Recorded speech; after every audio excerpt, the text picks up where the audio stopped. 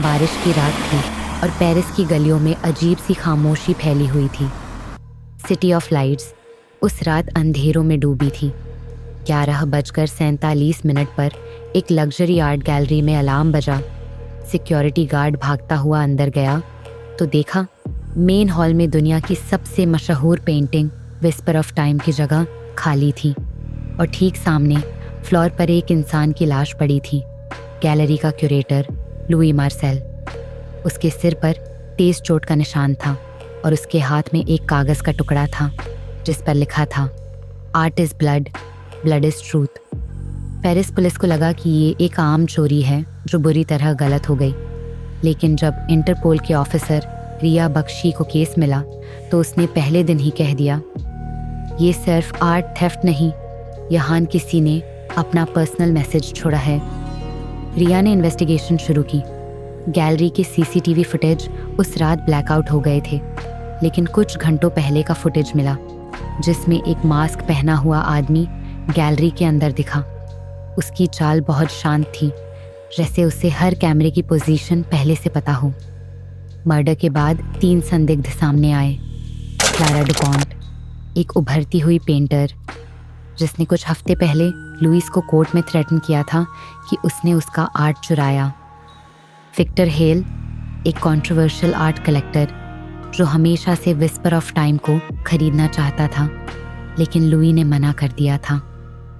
अन्या Marcel, Louis की बेटी, जो अपने पिता से लंबे समय से नाराज़ थी क्योंकि उसने उसकी माँ को छोड़ दिया था। रिया को गैलरी के पीछे एक सीक्रेट चेंबर मिला जहाँ लुई अपनी प्राइवेट कलेक्शन रखता था। वहीं से मिला एक पेंटिंग जो पहली नज़र में किसी का पोर्ट्रेट लगती थी, लेकिन उसमें हिडन था एक कोड।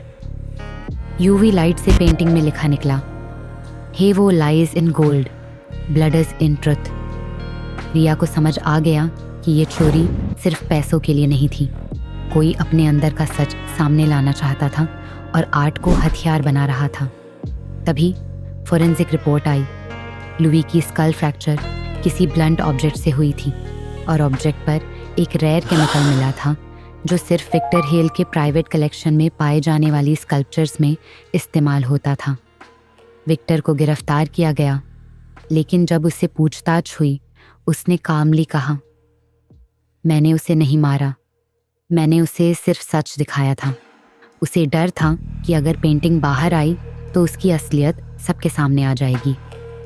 रिया को एहसास हुआ कि मामला अब डीपर कंस्पिरेसी बन चुका है। उसने क्लारा और आन्या की बैकग्राउंड चेक की और शॉकिंगली पता चला कि क्लारा और आन्या दोनों एक अंडरग्राउंड आर्टिस्ट मूवमेंट से जुड़े थे जो करप्ट आर्ट डीलर्स को एक्सपोज करने के लिए एक्सट्रीम स्टेप्स लेते थे। लुइस ने अपनी करियर की शुरुआत में कई यंग आर्टिस्ट्स के वर्क अपने नाम पर बेच दिए थे। उसी में क्लारा का भी नाम था। फाइनल ट्विस्ट में रिया को गैलरी की बेसमेंट में एक पुराना स्केचबुक मिला जिस पर लुई के हाथ से लिखा था, अगर किसी दिन मेरी मौत हो तो जान लेना, मैंने जो छीना था वही मेरी सज़ा बना। सच्चाई ये थी कि लुई को किसी ने मारा नहीं था।